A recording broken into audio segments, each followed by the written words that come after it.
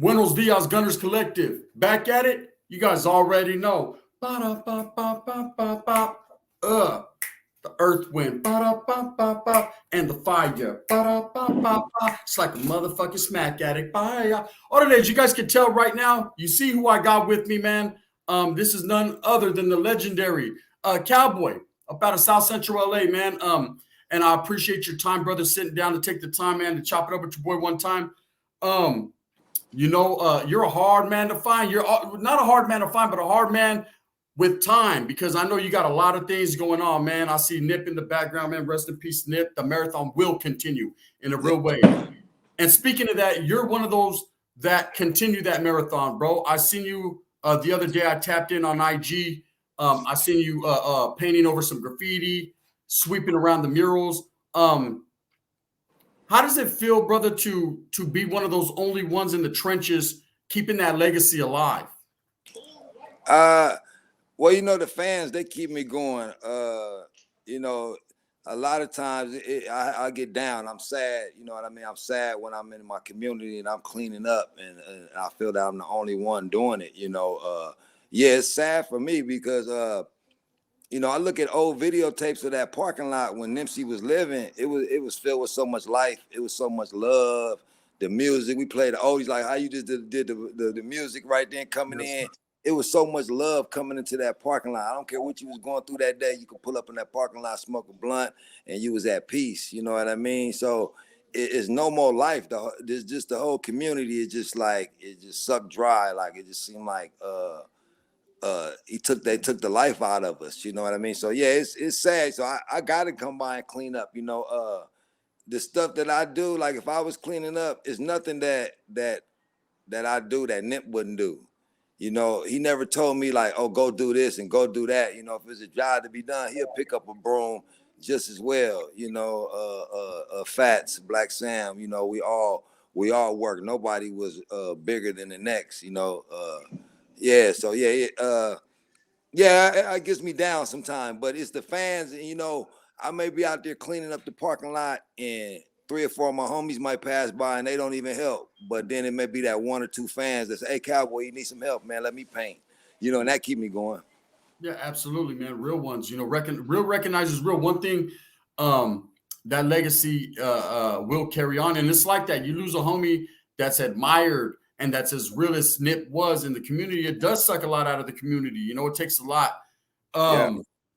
One thing I wanted to ask, man, right here on YouTube, my platform, Gunners Collective, as well as Gunners Profiles, I push a lot of that black and brown unity. I've always been about that. You being out there in South Central LA, there's a big population of Raza.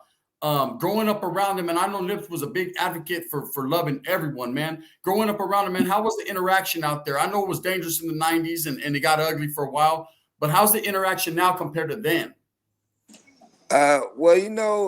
With us and like the F-13s that were in our hood, we were always so close knit. Like it was we never really had problems in our hood. You know what I mean? That they were neighbors. You know what I mean? Like if it was to go down in the 60s like that, it would have been ugly. You know what I mean? We were we were childhood friends. You know what I mean? So even amongst those beefs that went down over the years, we never really had that in the hood at all. You know what I mean? A couple of run-ins, but now lately,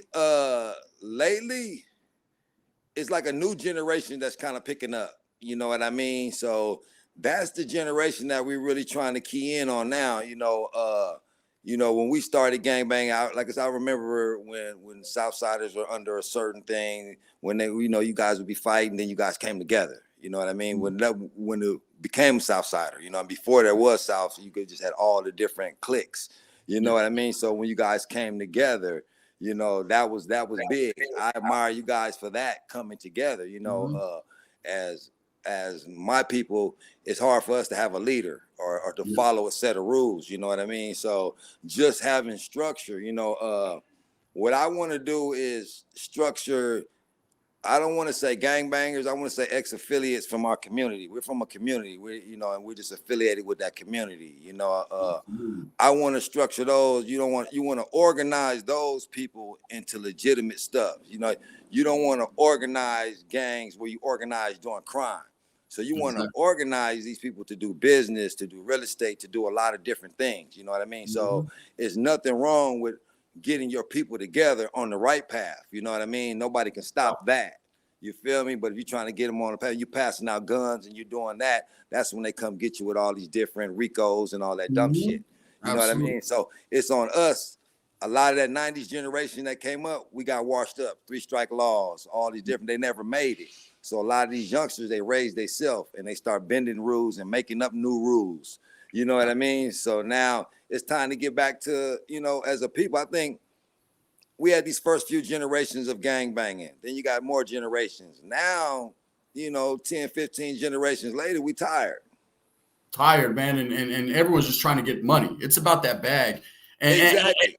And one thing I wanted to tell you, bro, I'm not sure if you're up on it. I'm from Northern California, right? So, yeah, I'm from Northern California. I have a lot of interaction with the South. You know, having done time in Nellis, with Tiny Madman from 60s and so many others, right? I was there when the Hoover split happened. I know I have a lot of knowledge in what was going on in that time. You know, I was there during the Northridge earthquake and the Rodney King trials. I was there for everything. So I was watching it, and I was surrounded by it and hearing it. And to me, there was a big, you know, black and brown, you know, us being from up north, we always got along. We always programmed on the same side of the yard. We always functioned together. So to me, it was no thing. You know, and I seen the rivalries and I seen the different things going on around me, and I just couldn't identify with it because I didn't grow up that way. But I knew it was real. But I'm starting to notice with this newer generation, more of not unity, but more of a not tripping, man. Everyone's chasing the bag. Everyone's on their own hype, their own trip. That's what's going on. I wanted to ask you a question, a little controversial question, right? You know, you could answer it or you don't have to, man. I had a conversation the other day with Wack 100, right? And Wack 100's in the music industry, and I did time with Cash and Y as well in '92. And we had a conversation. We got back acquainted or whatever the case may be. The antics that he presents on social media platforms. I don't know if you know Wack 100 personally, or you just heard of him, or you know, everyone knows who he is. I don't know if you know him like that. Do you think this is a good look?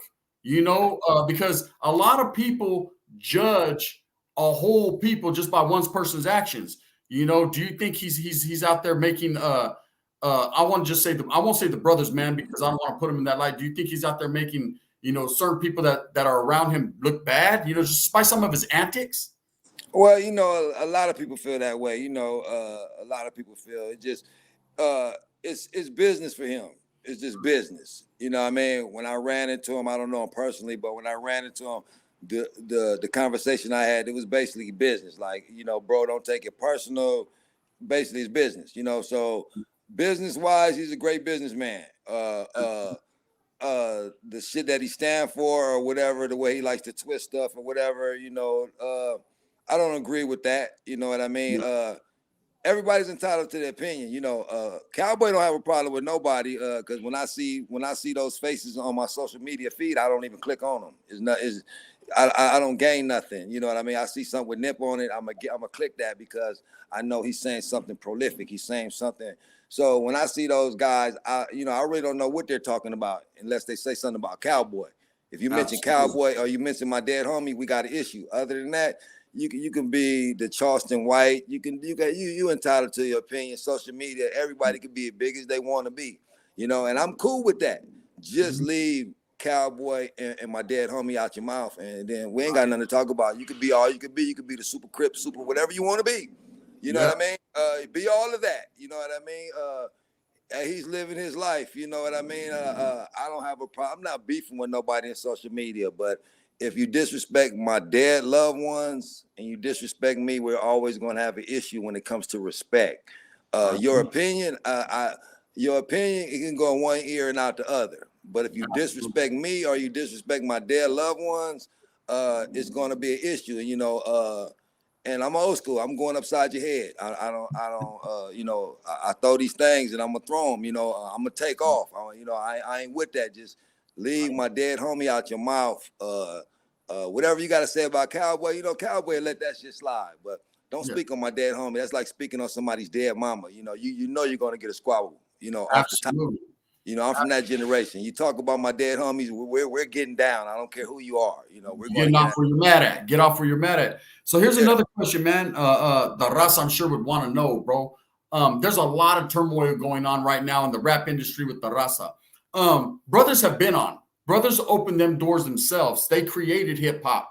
They went through the trenches in the mud to get what they have now, to build on that. People like Jay Prince, you got, Rap a Lot, you got Master P did it, in the 2000s. You had Lil Wayne and Birdman did that. Just so many people. And then, of course, Nipsey was doing that right there in South Central, and Snoop and so many other characters and so many other men did that. The Raza has been trying to do that, but it seems like with all this inner fighting, it just doesn't work out. I seen an interview with a certain guy, man, that said, that the Raza has no place in hip hop.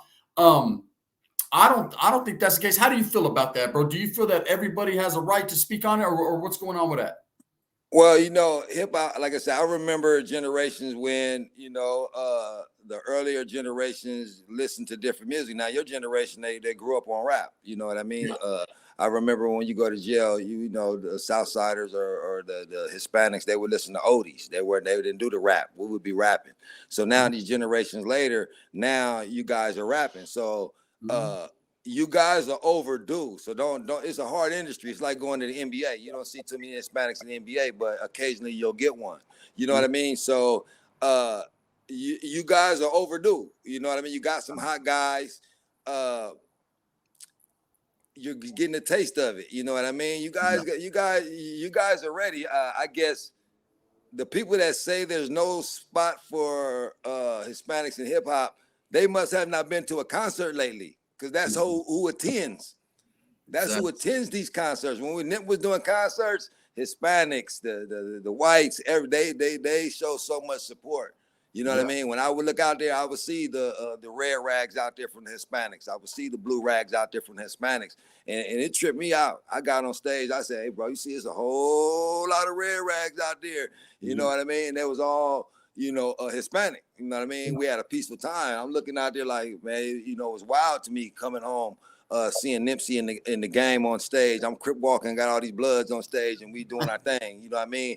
Him and YG. So I think the real street individuals that's really out here in these streets, we're ready for peace. We're ready for change. We're ready to take care of our families. We're ready to get this money. We're ready. We're ready. We don't care. We don't care about the brown, the black, the white. You know what I mean? We trying to get the green. We trying to get our bread.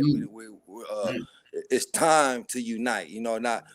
So the thing is, before blacks can fully get along with any other race, we got to get along amongst ourselves. So you guys got to get along amongst yourselves. Then we can come together. If we fighting amongst each other, how can we even think about getting along with the next guy? You know what I mean? So we got to have some common ground. Like if we can't come together for money and for our children, then we might as well just war it out. It's been wars going on in the United States here and there, and they end. The war in LA, the war in these gangs have never ended. Never. We never got a break. So, I could send you to Iraq right now for 18 months. When you come back, you got to check. You crazy. You done lost it. We've been out here 30-something years, and the war has never stopped. Absolutely. And that's why you got a lot of guys. Yeah, I agree, brother. The war never stops. And that's why it takes people like us, our generation, that people look towards to give them that game, whether there's repercussions or not, man, it's up to us to give them that game so that way our children have a better community to live in. So I see you started a podcast, the Nothing to Something podcast. I want to plug that in, man, because you are blowing up, man. That podcast right there, you and your co-host, you guys are doing that. You guys are really doing that. And the topics that you speak on, you spoke on a topic the other day, and it's something that I'm a firm believer in. I'm gonna give you my get down with it, and then I want to hear your opinion.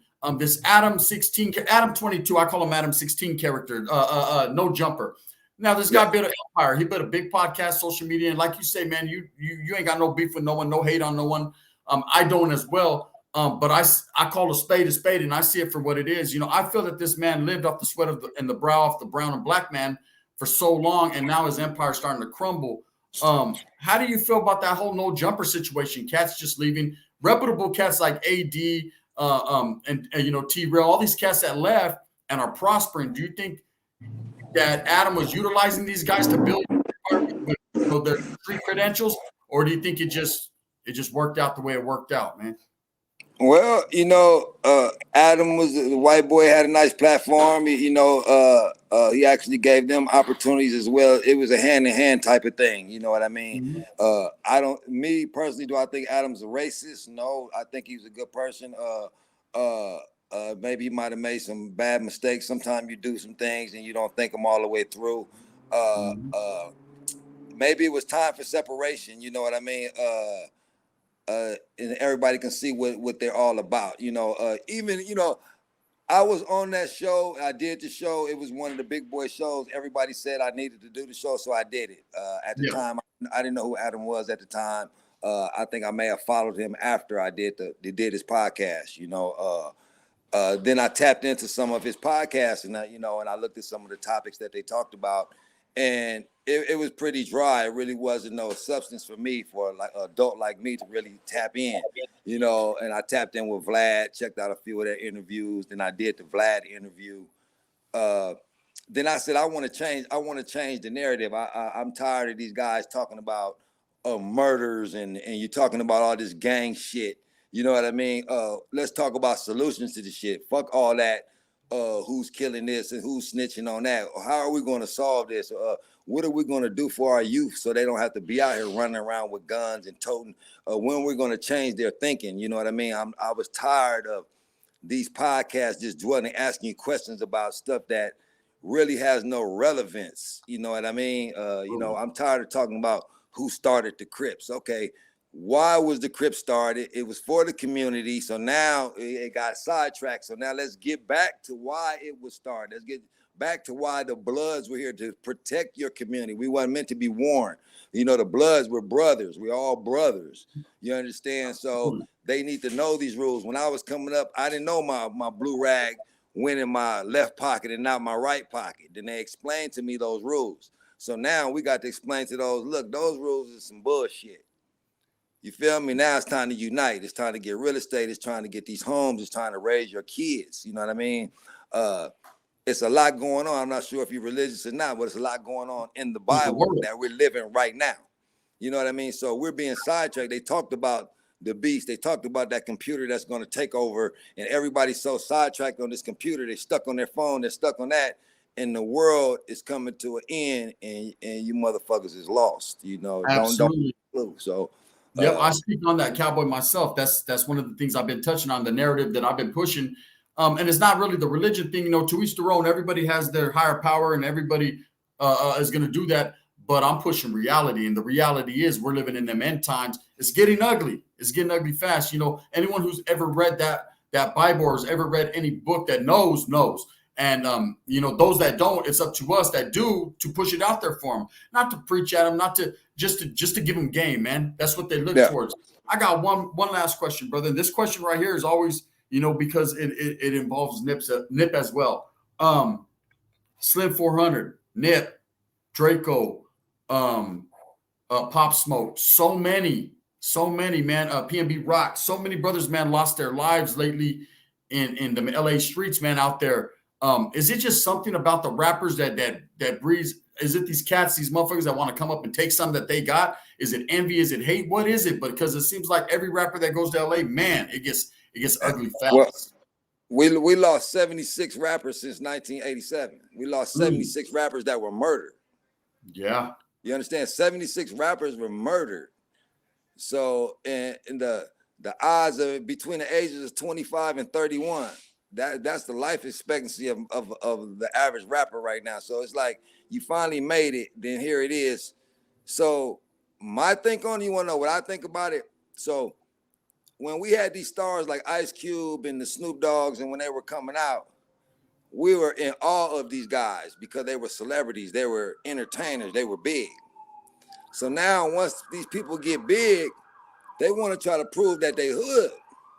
Yeah. So now you brought yourself back down to earth instead of being bigger than the star. The life, give us something to look for. You so busy to come down to prove that you hood. Now when we see you, it's like, oh yeah, that ain't nobody. Just that. Now you're just one of us. and you should have stayed up there as a star. And when we see you, we're in awe, and we want to be like you. Don't try to come down and be like us. No, we liked you because you were a rapper. We liked you because you could do music. We wasn't tripping because you were so hood. We like that song. And you got R&B singers ready. They be singing, talking about killing up a motherfucker. I say, oh, damn, this motherfucker's a singer, but that motherfucker vicious. You know, these niggas is beefing in there. You know, it's like, you know, stay in your lane. We didn't respect you just because you was tough. We liked you because we liked that song. You know what I mean? So stay in your lane, make music. Quit. Why is everybody trying to be so tough? If you want to be tough, jump in the boxing ring. Just fight about it. You know what I mean? Exactly. And you know what? And the thing with that too, Cowboy, touching on that is so many youngsters now want to get involved in the rap game. That's like the new NBA form. Everybody wants to be a rapper. You can't go nowhere. Everybody wants to be a rapper. There's a lot that comes with that shit. Because, man, it ain't just about rapping. I mean, very few make it. Very few like Nip, Wack, the Snoops that make it. You know, there's a lot of talent out there that just don't know anyone and just can't get recognized, right? And it's unfortunate. But and then they put on that persona, and then they start leaning towards the streets, and they lose their life before they ever got to use their talent. And that's what scares me with what's going on right now. And then it seems like the rap is the profession everyone's leaning towards. And if you got the talent, do your thing, man. If you can get on, you can get on. But I see it as a tricky situation. I see a lot of people being deceived, misled, used, utilized, you know, instead of being embraced and taught. How do you think it looks for the youth now? Do you think they need to focus more on the energy shouldn't be on just trying to be a rapper, but maybe trying to be go back to school and do these things? I know we always preach that, go to school and do that. You know, I think these guys need to get away from that, bro. It ain't for everybody. Well, I say, you know, rap as a hobby. You know, you got like what this. You got 24 hours a day, 8 hours sleep, 8 hours work, and then you got your little 8 hours for your little, you know, your inspirations and stuff that you like to do. So delegate a couple hours a day towards your craft. If that's a God-given talent, or you know me, I wasn't that talented. I got to work at my talent. I had to work at my rapping. I got to keep working. I'm still working. You know, if you got that talent, work at it. But be an entrepreneur. You know, learn a trade, learn something that in longevity where you can be your own boss. You know what I mean? You can go to school and then you did all that time. I know a lot of people that went to college and none of them are doing what they went to college for. So it's to each his own, but I will be an entrepreneur. I will be you got to have your hand in a little bit of everything. You know, if you want to make $1 million in a year, you got to make $3,000 a day, you know, for the year, you know, so you got to have your hand in everything, 300 here, 1,000 there. You got to keep your hand in the everything, and never give up, you know, you never give up. Exactly. You got to keep them streams of income coming in, man. Anyone who knows how to go out there and get it, man. I utilize, you know, from back in the days, being a deep boy and getting involved in the mix, man. I just took that to some legal shit. You know what I mean? It's just like I got it. I'm gonna get it just like I got it. I'm in the mud with it. You know what I mean? Exactly. So if you were getting it out there in the streets, there's no reason you can't get it on this side. I tell them it's a lot funner on this side. You know, I ride. I don't worry about the police pulling me over. I'm doing business. You know, it's a lot funner on this side. You know, it's a lot doing lovely. legit business. You know, it's lovely being a store owner, and I open up my doors and people come ask for jobs, and I help them out with jobs and stuff like that. So just being an inspiration to people, that's great. That's the best feeling in the world when people come up to you and they say, you inspired me to do this, or your little homie did this for me or whatever. So I'm gonna keep that alive. You know, he inspired a lot of people, and this is a new wave of this podcast stuff. This is the first generation of this, you know, first generation of this internet. I remember when there was no internet, you know what I mean? I remember when there wasn't no microwave, damn it, you know what I mean? So you know, shit is advancing. So this is the first generation of these podcasts, streaming, and all these different things. So we're catching really this first wave. You know what I mean? But it's on us to start setting the foundation right now. I want my kids, when they see their dad, I want them to see talking about some positivity. I want them to see me on trying to uplift people. You know what I mean? So that's what it's all about. So then if you're on a positive page, anybody that got something to say about Cowboy, anybody got something to say about Gunner or whatever, and you know you're on a positive page, that means they're on a negative page. You feel me? Because we're doing something positive. So if somebody's trying to tear that down, that's just straight hate. That's just envy. That's Man, jealousy. That you know why these rappers are dying? Hate, because of jealousy, hate and envy. Yeah, and the man, because someone got that. Yeah, and me when I see somebody with it, I seen a dude pull up in a fly ass car today. I'm like, man, that motivated me. You feel me? I'm not gonna look, oh, bitch ass nigga think he the shit. No, man, how can I get something like that? What did you do to do that? We can learn from these people that are doing better than us. Don't hate the person that's doing better than you. Find out what they did. You know what I mean? And a lot of people nowadays, we all make a lot of money, but people don't know how to manage their money. As children, our parents didn't teach us how to manage our money. They didn't teach us about credit. They didn't teach us about those things. It was always taught, you playing basketball or you're going to college. Yeah. That was basically your options, or you're going to be at Walmart or whatever, pushing baskets or whatever. Maybe you didn't have that many options, So. Yeah, you got to learn something to earn something. That's what I always tell the youngsters. I said, man, my saying right here is, I'll give you the knowledge you can't get in college, right? Because you can go to school and you can learn things, man, but you got to learn how to navigate these streets, because this is where it gets real. So you got the Nothing to Something podcast. You got your restaurant, you got your comedy, you got your rap thing going on. You got a lot going on, brother.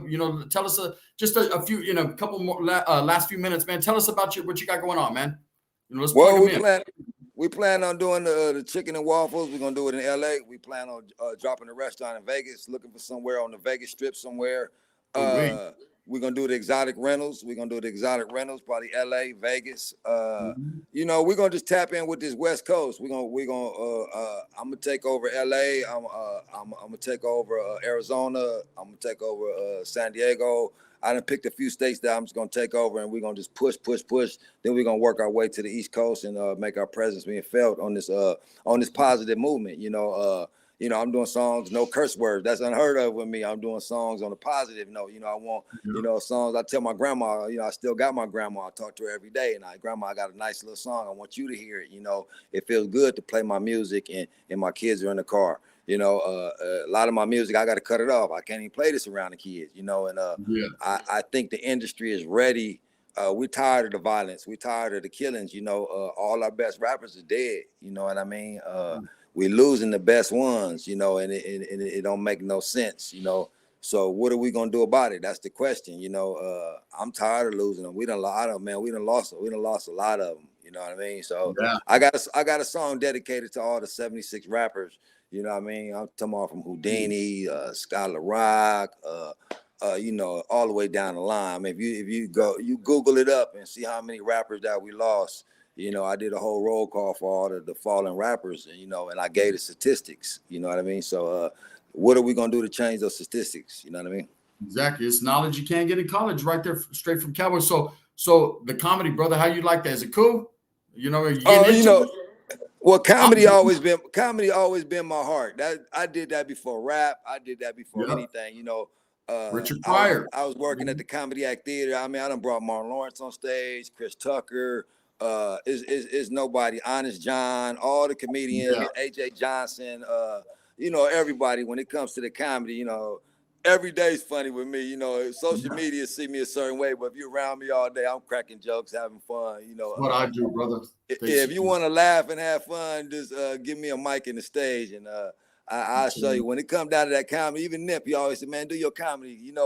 One of Nipsey's first times on stage was at at a comedy show. I used to go perform at Mixed Nuts, so I did a show, and that was like one of his first times on stage rapping, and we would battle every week. And I think that a lot of that early on in his life, it inspired him to go. I was the big homie, and I said, "Bro, you could do it." And once I had faith in him, he said, "Shit, he did it."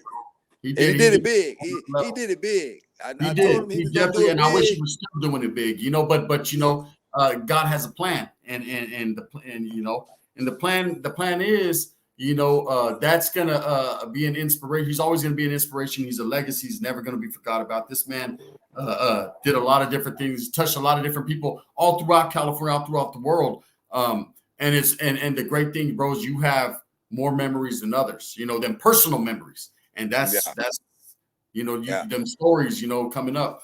With that being said, I've done took too much of your time, man. With that being said, I appreciate the interview. I appreciate the game that you're giving everyone. I appreciate the way you're headed, the direction, bro, because you're headed in the right direction. The marathon definitely is continuing with you, bro.